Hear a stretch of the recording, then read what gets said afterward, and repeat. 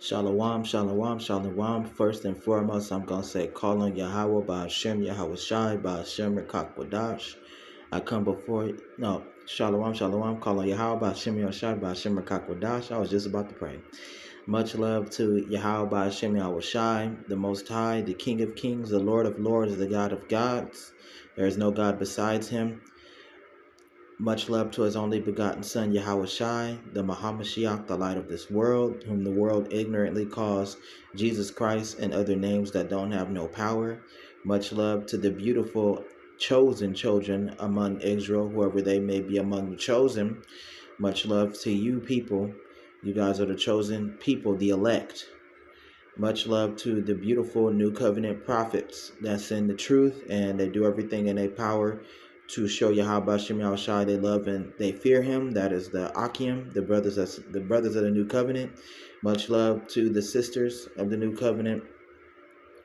It's not too many of the Akwaf. It's not too many of these beautiful brothers and sisters.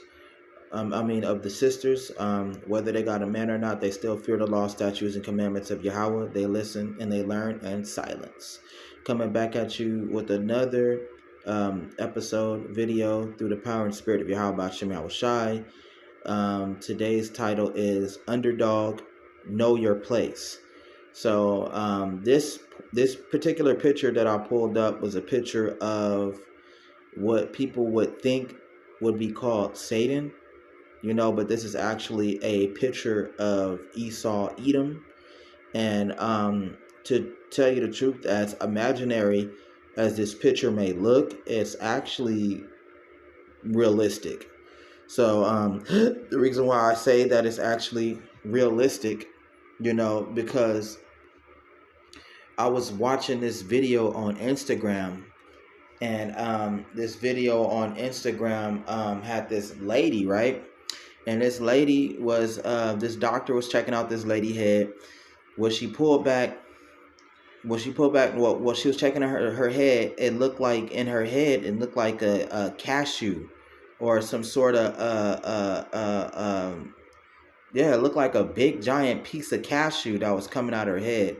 Come to find out, it was actually, let me see, the proper name for it is, I call it a cancerous horn. But it's a more of a vocabulary term for it. Let me see.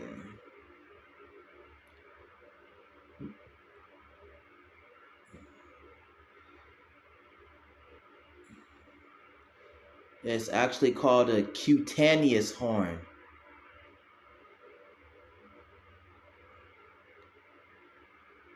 And it was a horn, like a little horn coming out of the white lady head, and the horn could have gave her cancer, and in time, if it go and checked, it would have became a lot bigger, and it would have been a giant horn coming out of her head. Now these horns, they can appear anywhere on their bodies. So as you can see at the top, you can see Esau with the horns. Horns is also a sign of power, but unfortunately, in this picture, the horns is actually literal, actually very realistic. They might not be as clean as those are, because the horns that I'm seeing, they can grow anywhere on their bodies. So you can always look it up. Either you could put cancerous horn or cutaneous horn. I might be pronouncing it wrong. It's Cutaneous, and you could just look it up. But as far as I'm concerned, I'm going to the images just to describe to you some of these images that I can't show on. I probably can't show on YouTube. They have flagged me for one of my shorts. So I'm just gonna do a lot of voice commentary, and if I'm on the highways and byways, you'll see my face. But yeah, I was looking at some of the pictures of these horns, and one white guy had a horn growing on his cheek, under his eye. It looked like a nail. The other guy had one growing on his cheek, on the side of his face. See, if you pull these up, you will be able to see these images, but I'm just describing them because it's just, I can't help it. It's just disgusting. And another guy had a horn coming out of his ear.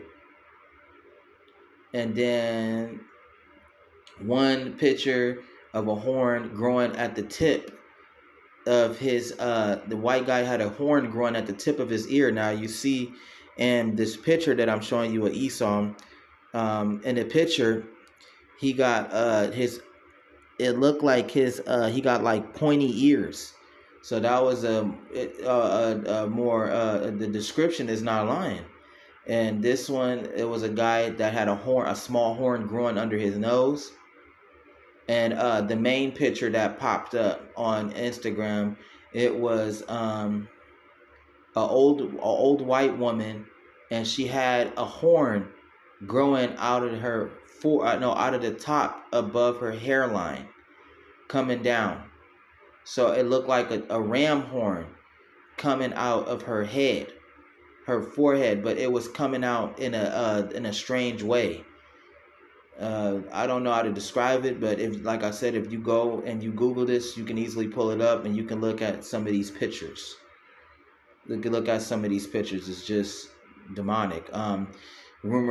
Stories have it that Asians also can develop horns too. So it made me think about their folklore, about the Oni, about the yokai, the evil spirits.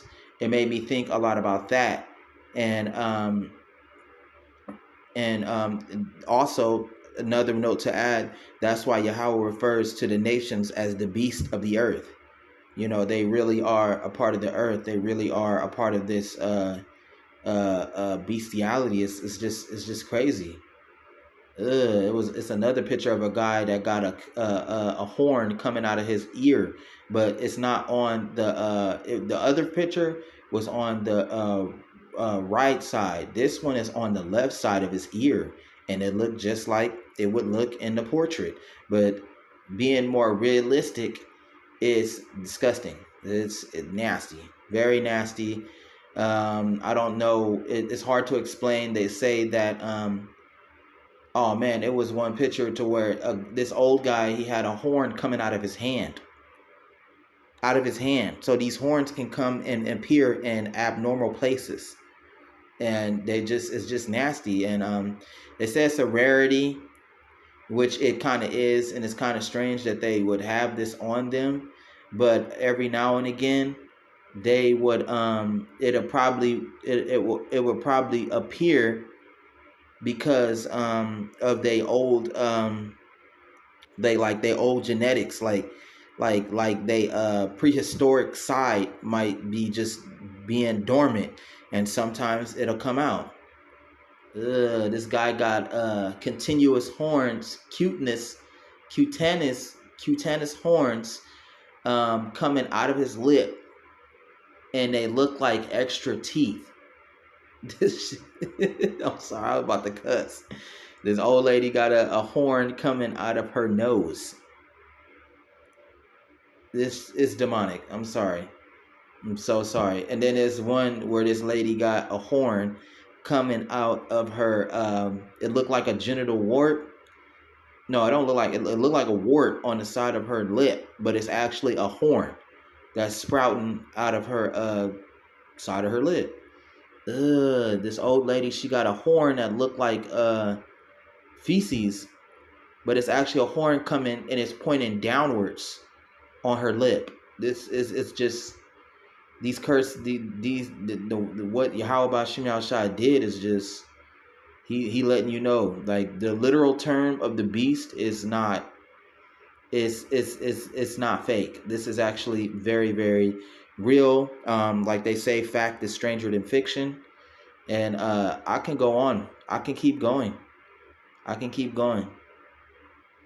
This guy got a horn sprouting out of his head in the same pattern as the old lady, but his is more. It looked like a C. I can't. It's just crazy. You can't make it up. This is crazy. It's amazing and demonic at the same time, because this is what Yahweh Shem Yahushai was telling us about the whole time. So now you can go ahead and check this out on your own, and it's plenty of pictures. This it goes on, it goes on, it goes on, it goes on. But you can also check on his garment, the hairy garment, like it said in the Bible, with Jacob and Esau. One came out. It was two nations in her womb, and one came out normal. He came out black. He came out beautiful. He came out with he didn't come out hairy. He came out with black hair.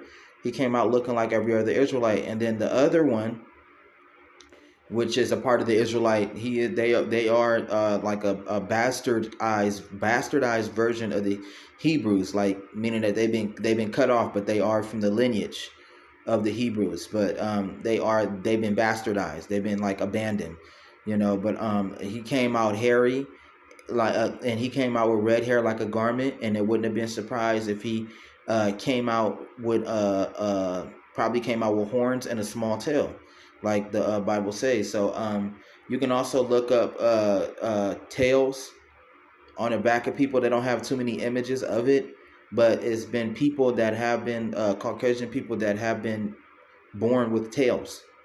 And these tails are kind of weird. Some of them look like, when I seen them, some of them look like pigtails. Some of them was crooked tails, meaning like it was a tail on his back, but when it sprouted, it came out crooked. So it came out on it was on the I think it was on the right side. Yeah, the right side. And right side of his back, like his bottom back by his rear, and it was coming out like it was a small tail coming out, and it was very crooked. So and it was one to where it was a tail that was crooked, no, that was coming out, and at the end of it looked like it had a large tumor, and it was I think it was on the back of a child. Yeah, it was on the back of a baby, and it was very large. And there was another one that was real large, and it looked like a tumor, but it was actually a tail. Crazy, man. Crazy. This is all real. Very, very, very real. Very, very dark. Very, very serious stuff. And it made me think about during the ancient times, like ancient times, when these invasions, Esau's children was invading different countries and attacking people, and when it came to our people, this is what they was dealing with. They was dealing with literal demons, literal beastmen, monsters, people that just didn't look human at all. And they dwelled in the rocks, they dwelled underground, they dwelled in the mountains, they dwelled in the forests, and probably only came out at night, because the daytime would actually burn and flay them. They probably couldn't see very well in the daytime because their eyes were sensitive.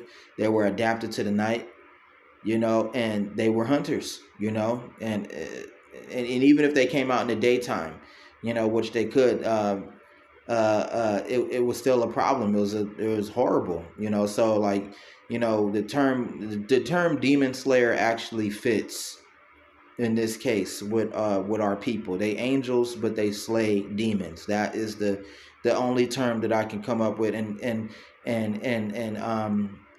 only, man, the imagination spreads. What happened during these times, and what did our people really see? Like, what were they was fighting monsters and demons, but just how bad it was. See, they're not trying to tell you how bad it was in history. You just gotta let your imagination run and connect the dots the best you can.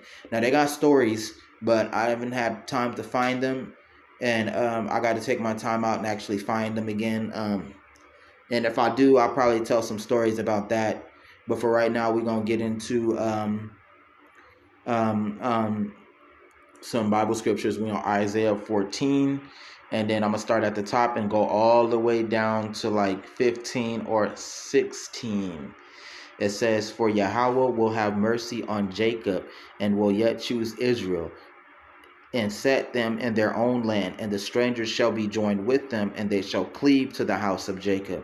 And the people shall take them and bring them to their place, and the house of Israel shall possess them in the land of Yahweh for servants and handmaids. And they all shall take them captive, who captives they were, and they shall rule over their oppressors." So that's where we at right now. And in the new world, and the world reborn, after this world dies and the world is reborn, we will be back in our homeland, which is Israel, and they will be servants and handmaids, and they will serve us, and they will be in slavery under us. So everybody that was with Esau and this the restart of the world, the NWO, and everybody that had a hand in oppressing our people, that mean all the nations, all of them, they were all gonna go into slavery under with Esau. So that's exactly what's gonna happen after the collapse and after the grain of rice. They plan on the grain of rice. Okay, so the grain of rice is actually a representation of the omnipresence, meaning to be everywhere. So Yahweh is in every living thing, the bodies of water, the stars, the animals, the people. He's in everything. So they are trying to achieve that. And when they achieve that, that will be the ultimate disrespect in the eyes of Yahweh.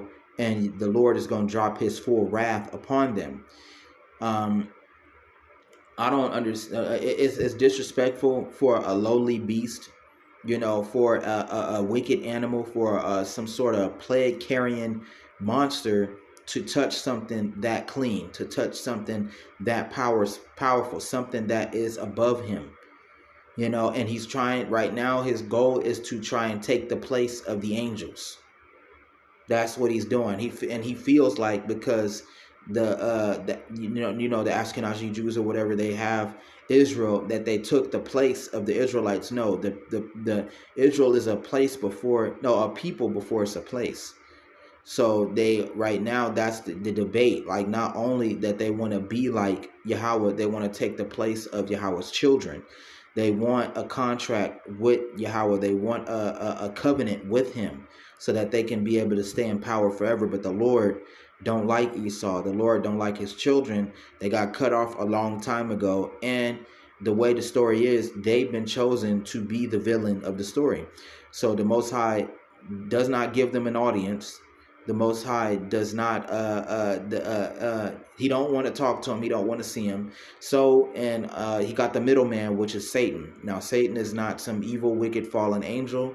He is actually a power with the archangels that sit on the left hand side of the Lord to do the dark side of things. Because Yahweh, like he said, I create light, I create darkness, I make peace, I make evil. I, Yahweh, do all these things. So the Lord does all these things. The Lord is responsible for everything. Don't nothing move unless Yahweh say so.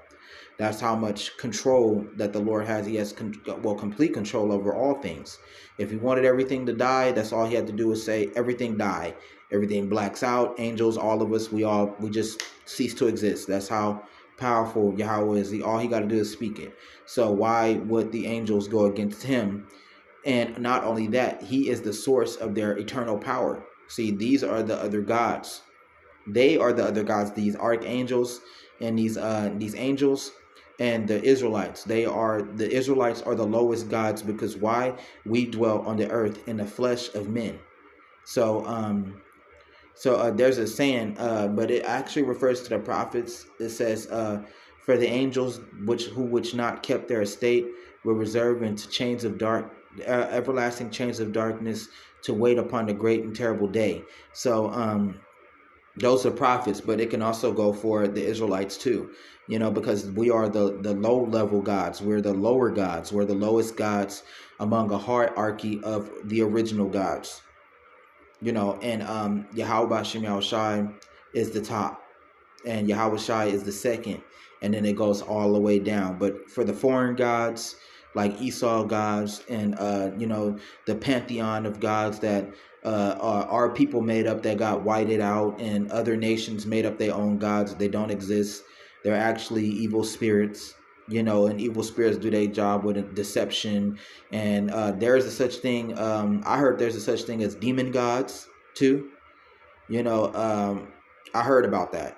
But there's a such thing as that too. But they're probably on a lower chain of command. Under the angels, because the angels, the demons are the servants of the angels, and they do the angels' bidding. So with the middleman being Satan, which is the angel. He didn't fall. There was no war in heaven with him. The war in heaven actually go to Esau. That is the counterpart of Satan in the flesh on the earth. So whatever, they don't even get no, they don't get no meeting with the Lord face to face, like, Abraham, or I think it's Moses. I think it's, no, Abraham and Aaron and his people did, or Moses and his people did. Salakia, Moses. They don't get to meet him face to face. They got to go through the demons. The demons got to get to Satan, or they talk to Satan, however they do with their dark magic or whatever, and then Satan go up to Yahweh. He tell him what's going on. Yahweh and all the angels, they talk and they come to a verdict. It's like a judge. It's like a congregation. It's really like a court. Yahweh hear all the angels out before he reach his verdict, or he can just say whatever he want to say, and it goes. That's just how it is. So with that, I lost track, but that is, the point of all that. That is his goal. The omnipresence there. I remember now. The omnipresence is disrespectful for him to touch something like that, for him to try and achieve something like that, and his goal is to replace the spirit of Yahweh with his spirit, with this artificial intelligence, which is his spirit. And he can be able to control what you say, watch what you do. He can be able to control your food, control your money, control your very life.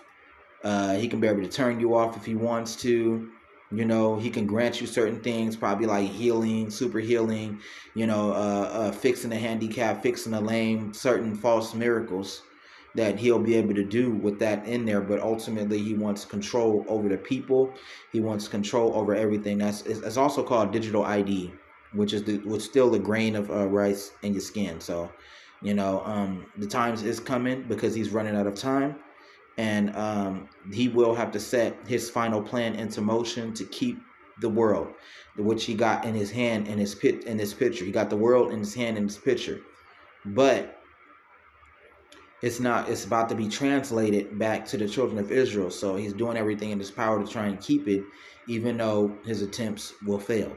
So we can continue. It says, and it shall come to pass in that day that Yahweh shall give thee rest from thy sorrow. I wanted to repeat this part again. It says, for Yahweh will have mercy on Jacob and will yet choose Israel, meaning that no matter what he does, no matter what he say, no matter how he try to throw the Israelites in the way and pull off the cover so he can see their nakedness, the Lord will still choose Israel. It's not going to change. Like I told you, they are looking for a contract with Yahweh B'Shem Yoshai. They want a covenant with the Lord, something that to see if he can promise them and approve them of keeping the world, replacing his children, taking the estate of the angels, which is impossible. Like they said, it's a separation between gods and men, and then you got beasts. So it's like that can never happen. That's what he wants. And he wants Yahweh to give him a covenant that will exclude him from judgment, and he can keep the world, and he can take over, and he can take the estate of the angels and be the Lord's people. That's what they want. So it says, and it shall come to pass in the day that Yahweh shall give thee rest from thy sorrow, and from thy fear, and from thy hard bondage wherein thou was made to serve. It says, and thou shalt take up this proverb against the king of Babylon and say, how have the oppressor ceased, the golden city ceased. Right now they on their last leg, the last leg of the Roman Empire. Right now they under a great collapse. America is done for. America is cooked. Right now they on a process of the great restart. That's what they want. They want to redo it all over again, but this time they want total control. So it says, Yahweh have broken the staff of the wicked and the scepter of the rulers. He who smote the people in wrath with a continuous stroke.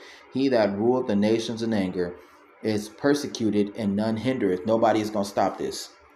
It's gonna be to the point to where you're gonna think the Lord is doing him unfair. That's how bad this war gonna be. That's how bad his slavery gonna be. That's how bad his fall is gonna be. You're gonna think that it's unfair, but when you understand who Esau is and his people is, and you understand what they did in the world and all the damage and all the sorrow, they even killed their own, terrorized their own. They even terrorized and killed their own allies. They made the world suffer, especially the Israelites, which is the original gods of the world. They made them suffer greatly, more than anybody. So no one's going to stop this. Not even him. He can't stop this. So it says the whole world is at rest and is quiet. They break forth into singing. Why? Because the Israelites are back in rule. So everything is back in order. So it says, yeah, the fir trees rejoice at thee, and the cedars of Lebanon. It says, saying, since thou art laid down, no feller has come up against us. It says, hell from beneath is moved for thee to meet thee at thy coming. It is stirred up for the dead. No, it is stirred up the dead for thee, even all the chief ones of the earth. It hath raised up their thrones, all the kings of the nations. And they shall speak unto thee and say unto thee, art thou also become weak as we? Art thou become like unto us? Because this particular animal or this beast, he thought that he was above them. He thought that he was a god, which is partly true because it does say he is the god of this world for a time.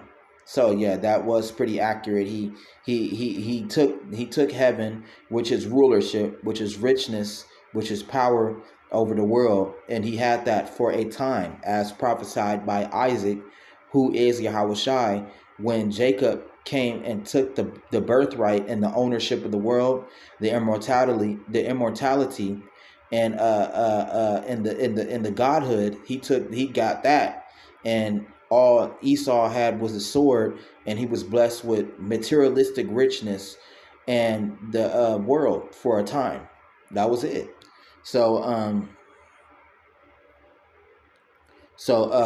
plus where he come from, which is Petra, the Caucasus Mountains, Edom, from the interior of the earth, from inside the mountains. That's where he has to go back to.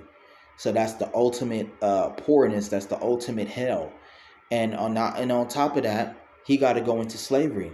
That's where he come from. But the worst hell is slavery. The worst hell is captivity. It's poverty. That's exactly what that is. That he has to go back to all that. And the Israelites is going to put a whooping on him and his people and the rest of the nations for what they did. They're going to have complete vengeance. Like the Lord said, he's not going to stop it. Whatever they feel like they want to do with you, they're going to do it, and you're going to be a part of it. You're going to like it. You're going to respect it. That's just what it is.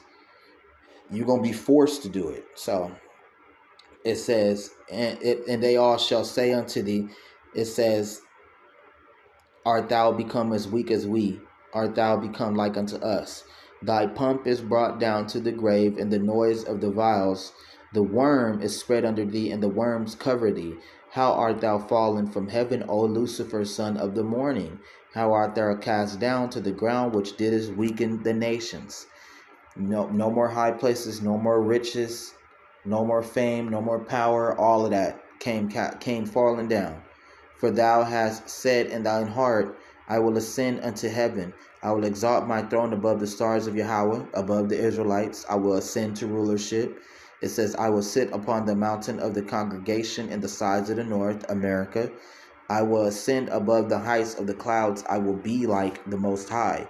It says, yet thou shalt be brought down to hell, to the sides of the pit. They that see shall narrowly look upon thee and consider thee, saying, is this the man that made the earth tremble, that did shake the kingdoms, that made the world a wilderness, and destroyed the cities thereof, that opened not the house of his prisoners? Right, he never let the children of Israel go. In fact, this beast came up with the beast system, so he can keep the children of Israel, or those who join him, mainly the children of Israel, in perpetual slavery forever.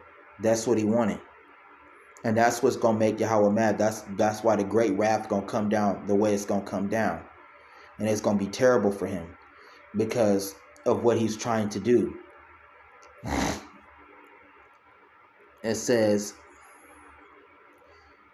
they shall see thee and shall narrowly look upon thee and consider thee, saying, is this the man that made the earth tremble, that did shake the kingdoms? It says, that made the world as a wilderness, and destroyed the cities of thereof, that opened not the house of his prisoners. All the kings of the nations, even all of them, lie in glory, every one in his own house. Meaning that the nations, they gonna be able to keep their nation. He's not gonna have a nation. That's what it's saying. It says, but thou art cast out of thy grave like an abominable branch, and as the remnant of those that are slain and thrust through with a sword, that go down to the stones of the pit, as a carcass trodden under foot, thou shalt not be joined with them in burial, because thou hast destroyed thy land and slain thy people. It says, the seed of the evildoers shall never be renowned, meaning that they ain't coming back. After all of this happens, it ain't no comeback for them. It's a wrap. It's a wrap for them. The Lord ain't even gonna give them no graves. He's just gonna throw them out. Whenever they killed, they just gonna get thrown out like dung, like crap. It says, prepare slaughter for his children for the iniquity of their fathers. It says, they that do not rise nor possess the land, nor fill the face of the world with cities. It's never going to be like this ever again. For I will rise up against them, saith Yahweh of hosts, and cut off from Babylon thy name, and remnant, and son, and nephew, saith Yahweh. Everybody, he going to take them all out. And this is coming out of the mouth of Yahweh. This is a promise. It says, I will also make it a possession.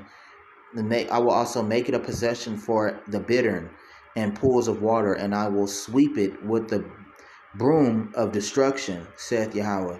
It says, the Yahweh of armies have sworn, saying, surely as I have thought, so shall it come to pass. And as I have proposed, so it shall stand. Meaning that everything that he said, it's already been written, it's already been decreed, and it's permanent. He doesn't go back on his word. It says that I will break the Assyrian in my land, and upon my mountains tread him underfoot. Then shall his yoke depart from off them, and his burden depart from off their shoulders. Because that's what he gonna have to do. He gonna have to break him by force. And that yoke is still upon us with the jobs, the money, just our sole dependence on this wicked system and on him. The Lord is going to get rid of all of that. So the collapse got to come. You know, the fall of the dollar, World War III got to spiral out of control. The restart has to happen. The grain of rice in your skin, that the omnipresence, he has to go after that. That has to happen. The mass death, the mass destruction, you know, the plagues, the famines, you know, the sword, war, all of that has to happen, because it's going to truly break our dependence from off this monster, you know. That's pretty much what he is, some sort of monster, demon. And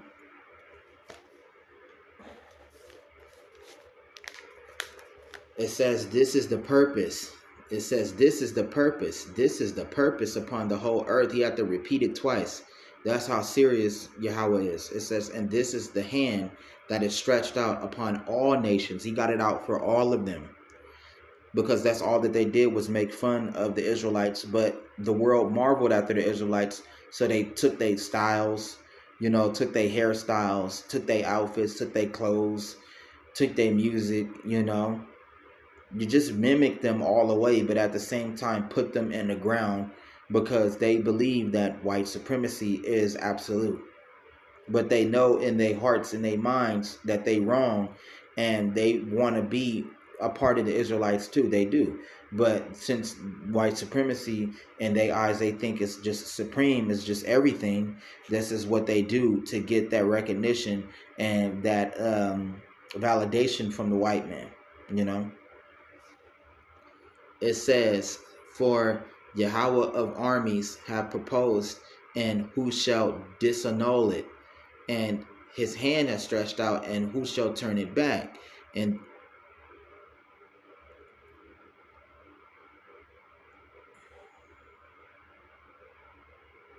it says, in the year that King Ahaz died was this burden. Rejoice not thou, Palestina, because the rod of him that smote thee is broken. For out of the serpent's root shall come forth a cockatrice, and his fruit shall be a fiery serpent. and his firstborn of the poorest shall feed, and the needy shall lie down safely. And I will kill thy root with famine, and he shall slay thy remnant. How, O gate, O city, thou whole Palestina, it says, are dissolved. For there shall come from the north a smoke, and none shall be alone in his appointed times. What shall one then answer the messengers of the nation? It says that Yahweh have founded Zion, and the poor of his people shall trust in it. So, yeah. And yeah, that's pretty much what's going on with him. He's trying to take that estate. He's trying to take the place of the children of Israel. And what we struggle against is these are literally demons on the earth. They just through modern times and through gradualism, through evolution, changed their appearance to not look like that, even though some of them still look like that to this day, but a majority of the Edomites don't look like what you see in this picture, even down to the hooves of his feet. They did have fungus like that, to where they feet would look like horse hooves. It would look like that. Well, his legs didn't look like horse hooves, but their feet would look like that. I've seen some people with giant toes with so much fungus and so bad that it looked like a horse hoof that hasn't been shaven down. So that right there, that's pretty realistic too. And as for the snake is just a representation of the garden, and the spirit of Esau was in the snake. So first he was the snake people, to be technical. There's a race of people, evil people, and then he reincarnated with Cain and Abel when he slew Abel, and then they reincarnated into Jacob and Esau. And then that's how all of that started. So just to get the proper order of things through the studies of the people that I listened to and had more understanding of it, that's what that is. So I'm just gonna end this early because my tablet be tripping, and I'm gonna get another video. If not, I'll see you on the highways and byways this weekend. Calling Yahweh Shem Yahushai in the name Yahushai, and see y'all. Either see y'all on the next video or on the highways and byways Sunday. With that, see you later.